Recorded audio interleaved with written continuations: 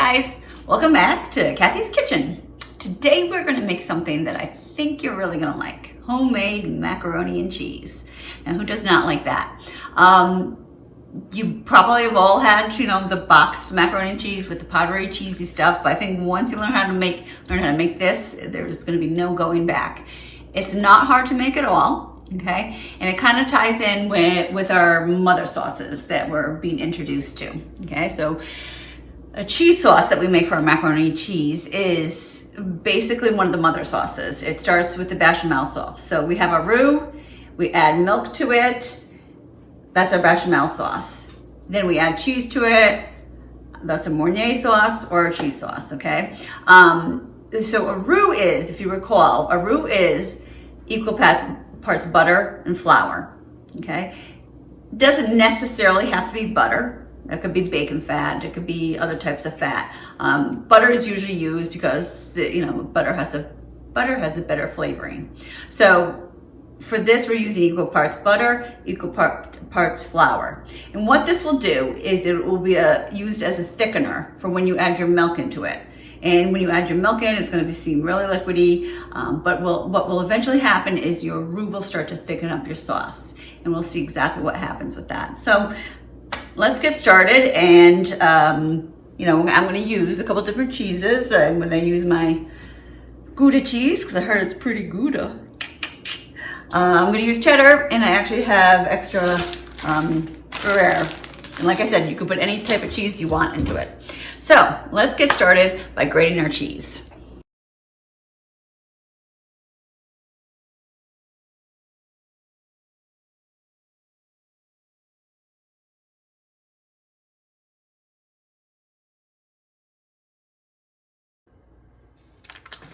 Okay, so now I'm going to add a half a stick of butter in.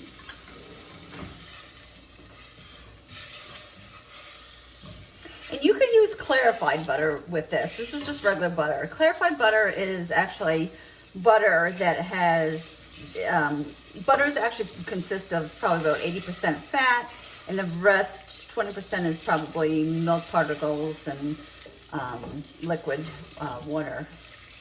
So what happens is when you cook butter, it's actually not the fat part that burns. It's actually the milk part of it that does burn. So by clarifying butter, you're actually taking out that part. And I'll actually show you that in a little segment. And so I'm going to melt this, and I'm going to add in equal amounts of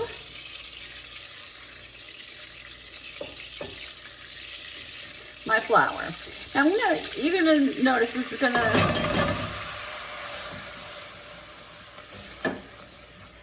kind of start to get a little bit thicker. And you want to cook it for a couple minutes just to kind of get that floury taste out of it. And this is considered a blonde roux.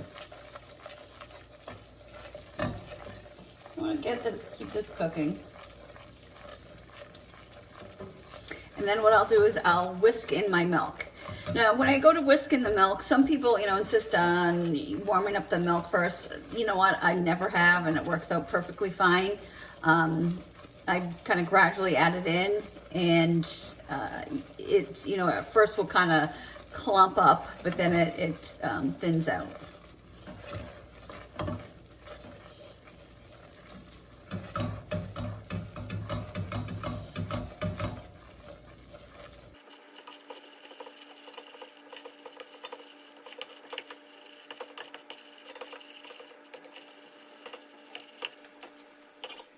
Okay, so as you can see, I'm going to add in 4 cups of milk. And you can see as I'm slowly adding in, it starts to clump up at first. But I'll continue whisking it together until it's all mixed in. And I'm going to make sure I get my whisk into the corner as the milk heats up. So as you compare, like I said, as you can see, it's very thin. But like I said, as it heats up, what's happening is the starch molecules in the flour are absorbing the liquid in the mixture, and it'll eventually start to thicken. So be patient. Just keep stirring it. Don't let it sit for too long. You could season it a little bit with salt and pepper. That's what I'm doing right here. And then just keep mixing it, okay? Because you don't want it to burn, because it will burn.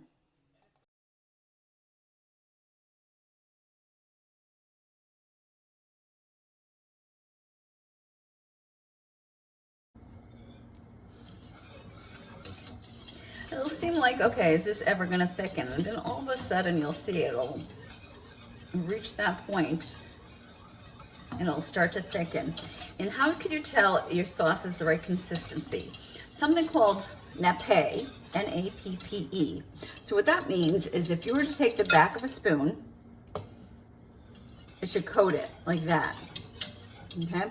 Now I don't want my this to be too thick because I'm going to be adding my cheese into it. So I think I'm going to stop it right here. Looks like it's a decent consistency.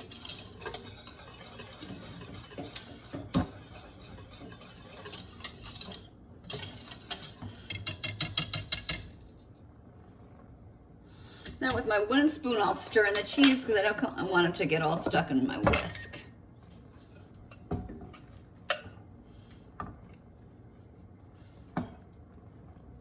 And I've put grated cheese in here. I mean, you know, if you add, some people are like, well, can I put hunks of cheese in? You can, but by grating it, it's going to actually make it just easier to melt in there.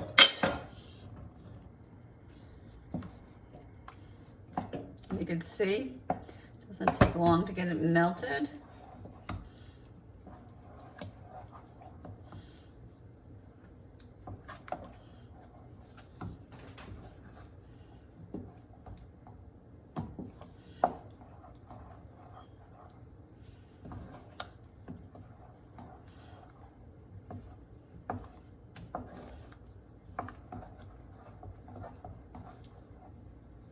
Now at this time you can taste your sauce. Does it need more salt? Does it need more pepper?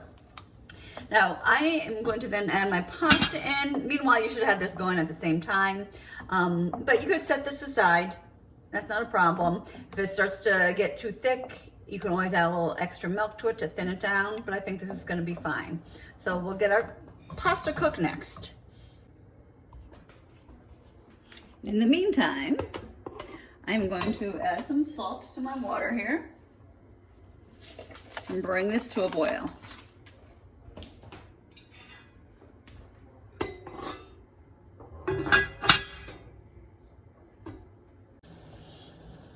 As you can see, I want my water to be boiling before I add my pasta in. I know the bag says to cook it for 7 to 10 minutes. Since I'm baking my macaroni and cheese, I am only going to cook it for 5 minutes because it will continue to cook once it's in the oven.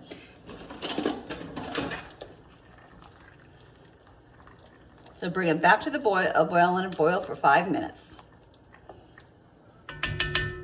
Okay, after I cooked my pasta, I'm going to drain it in a colander in the sink and just kind of rinse it with some water. Now I also decided I want to get a little healthy and I was going to steam some broccoli. So I'm going to chop up my broccoli and steam it. I'm going to use something, this is called a steamer. And what a steamer does is it sits in your water. There's water below this. You put it in your pot. The water underneath boils and cooks your, whatever you're cooking, in this case our broccoli, by using just steam. And it actually helps retain the nutrient content in your vegetables. And it actually gives it a nice vivid color. So we're gonna steam our broccoli and we're gonna steam that for maybe, I'm not gonna cook it all the way through, maybe about 4 to 5 minutes.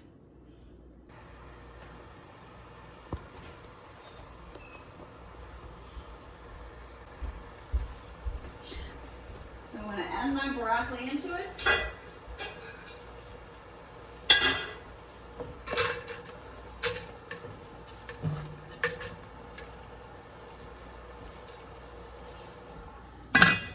Put the lid on and let it cook and steam.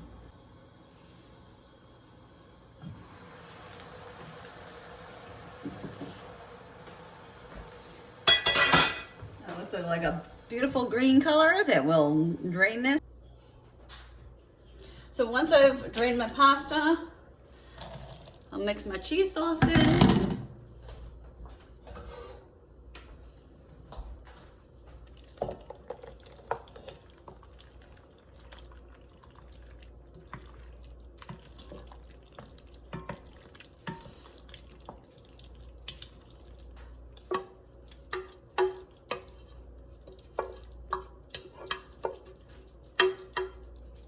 You're gonna see it seems like a lot of sauce. But once I add the broccoli in, you'll see how much of it gets absorbed in.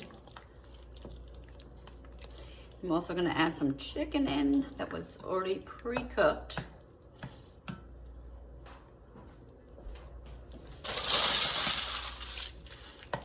Probably could have cooked a little bit more broccoli, but that's all I had. These are kind of big chunks. They're frozen, so I didn't want to cut them up.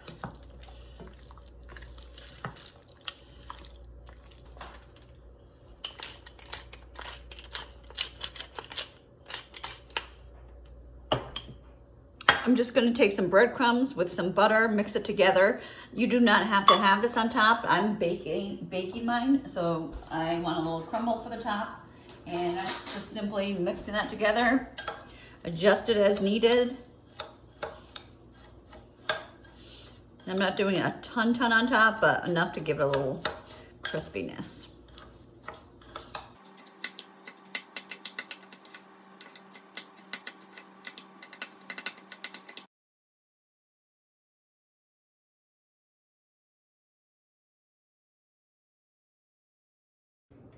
And also, I'm going to need to take it from a different angle because it's going to be a terrible angle. Okay, it's hungry. Wait, hold on. I'm going to take the video. So it's nice and crumbly on top, nice and cheesy in the middle, and voila. Better with that one. Think so? Okay. Here, you can, here, you can scoop yourself. All right. Cool. I guess I get the short end of the stick. Is it still videotaping? I think it is. Wow, fantastic. Beat that mustache. Yeah. Flavor saver. So you're saying that you're chunky in the middle? No, So no, maybe, okay, soft in the middle. Well, then maybe you need to go on a cheese diet and cheddar a few pounds. Oh no! Come on! Are you kidding Very me? good. Please. Do you always crack these jokes with your students? Tell them I'm funny, you guys. Thank God they have no way of communicating with me. Oh my goodness. Oh, tell them how fun I've been growing up. Come on. I brought fun to their childhood and their adulthood. All right. Yeah, Okay. She is a pretty awesome mom. Aww. Hold on. Okay. Thanks, Thomas. Yeah. He's rushing. He's biting his tongue because he's gonna say something really sarcastic right now. Okay, don't you say anything because you got that little caterpillar growing over your lip. Oh, this is the flavor saver. This is the quarantine stash, baby. Cookie duster. The cookie dust. You're such an excellent chef. I want to carry around your cooking wherever I go. And that's why I have this mustache. Wow. That's nice. Yes. But you know what happens when you run out of cheese? What Oh, happens no. when you run out of cheese? Oh no, that's how the joke goes. It's yours. That was it. Okay. So what's cheese that is not yours? Nacho cheese, Nacho baby! cheese. Oh, you got Very that one. What about cheese that doesn't have a cracker? What is it?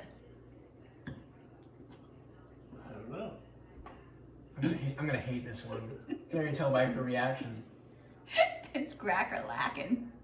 Cracker. Cracker. Oh my goodness. On that note, have a Very good good. night. Bon appetit. You want to press that little button there?